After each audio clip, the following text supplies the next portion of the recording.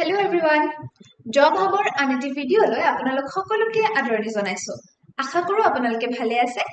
আজি আমি কথা পাতিম CTET সম্পৰ্কে। CTET অৰ্থাৎ Central Teacher Eligibility Test. CTET নো কি? আচলতে CTET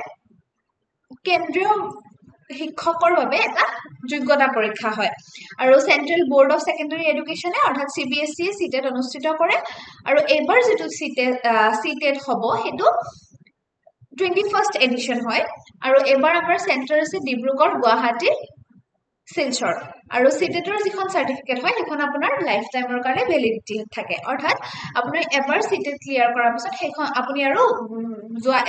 মানে এবছৰৰ পিছত দুবছৰৰ পিছত বা আৰু কেতিয়াও আপুনি CTET ক্লিয়াৰ কৰিব নালাগে বা CTET দিব নালাগে হেখন সাৰ্টিফিকেট এবাৰ CTET ক্লিয়াৰ কৰাৰ পিছত হে সাৰ্টিফিকেটখনৰ ভ্যালিডিটি আপোনাৰ গোটেই জীৱন থাকিব আৰু পৰীক্ষাটো অনলাইন মোডত হয় আৰু মই কথা পাতি আছো CTETৰ ওপৰত এই কাৰণে যে যোৱা 26 অক্টোবৰত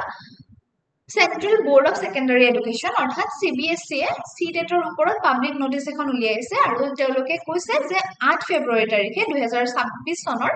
8 ফেব্ৰুৱাৰী তাৰিখে CTET অনুষ্ঠিত হ'ব আৰু 21st এডিশন হ'ব এটো CTETৰ কি থাকিব ন দুখন পেপাৰ যেহেতু তেওঁলোকে ইয়াতে উল্লেখ কৰিছে পেপাৰ 1 আৰু পেপাৰ 2 কন্ডাক্ট কৰা হ'ব আৰু 20 ল্যাঙ্গুৱেজ মানে 20টা ভাষাত থাকিব আৰু 132 সিটি 132 খন চহৰত হ'ব গোটেই ভাৰতৰ 132 খন চহৰত কন্ডাক্ট হ'ব আৰু 20টা ল্যাঙ্গুৱেজ থাকিব আৰু আমাৰ ডিব্ৰুগড় গুৱাহাটী আৰু শিলচৰত কন্ডাক্ট হ'ব এতিয়া চাওচোন হক পেপাৰ 1 আৰু পেপাৰ 2 কি থাকিব পেপাৰ 1 ক্লাস 1 ৰ পৰা 5 লৈকে মানে পেপাৰ 1 ত থাকিব চাইল্ড ডেভেলপমেন্ট আৰু পেডাগজি তাৰে 30টা কোৱেশ্চন থাকিব ম্যাথমেটিক্সৰ পৰা 30টা কোৱেশ্চন থাকিব এনভায়ৰনমেন্টাল ষ্টাডিজৰ পৰা 30টা কোৱেশ্চন থাকিব ল্যাঙ্গুৱেজ 1 30টা কোৱেশ্চন আৰু ল্যাঙ্গুৱেজ 2 30টা কোৱেশ্চন থাকিব অৰ্থাৎ আপোনালোকৰ টোটাল 150 এমসিকিউ থাকিব 150 মাৰ্কছৰ কাৰণে ঠিক আছে পেপাৰ 2 থাকিব আপোনালোকৰ child development and pedagogy paper 2 খন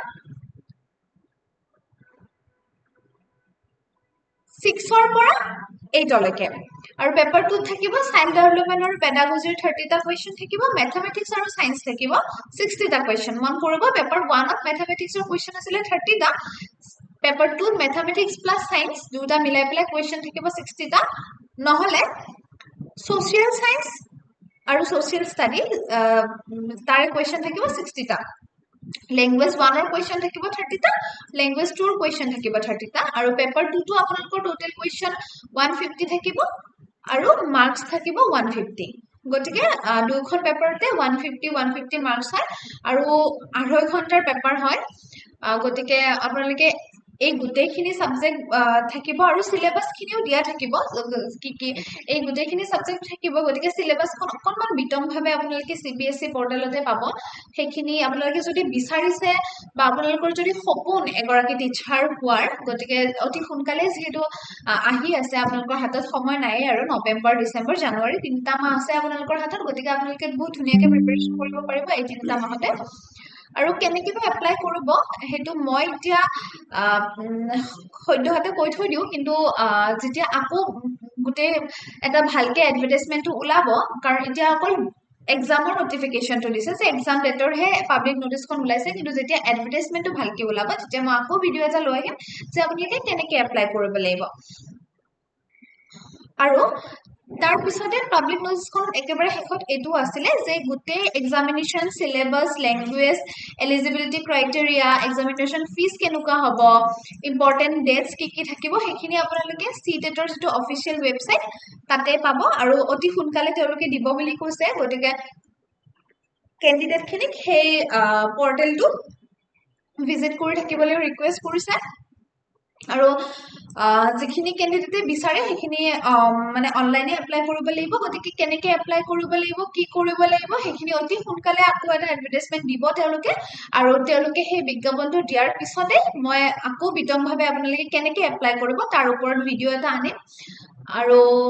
আশা কৰো আপোনালোকে ভিডিওটো ভাল পালে আৰু আপোনালোকে যদি ভাবিছে টিচাৰ হোৱাৰ বাবে আপোনালোকে বা প্ৰিপাৰেচন চলাম বুলি ভাবিছে তেন্তে এইখিনি সময় উপযুক্ত সময় হয় গতিকে আপোনালোকে এবাৰ আগৰ প্ৰিভিয়াছ ইয়াৰৰ কুৱেশ্যনখিনিও চাব পাৰে চিলেবাছখিনিও চাই পেলাই নিজৰ প্ৰিপাৰেচন চলাব পাৰে আশা কৰো ভিডিওটো শেষলৈ চালে আৰু আমাৰ লগত জড়িত হৈ থকাৰ বাবে ধন্যবাদ আৰু আগলৈ এনে ধৰণৰ ভিডিও পাবলৈ চেনেলটো লাইক আৰু সাবস্ক্ৰাইব কৰিবলৈ নাপাহৰিব ধন্যবাদ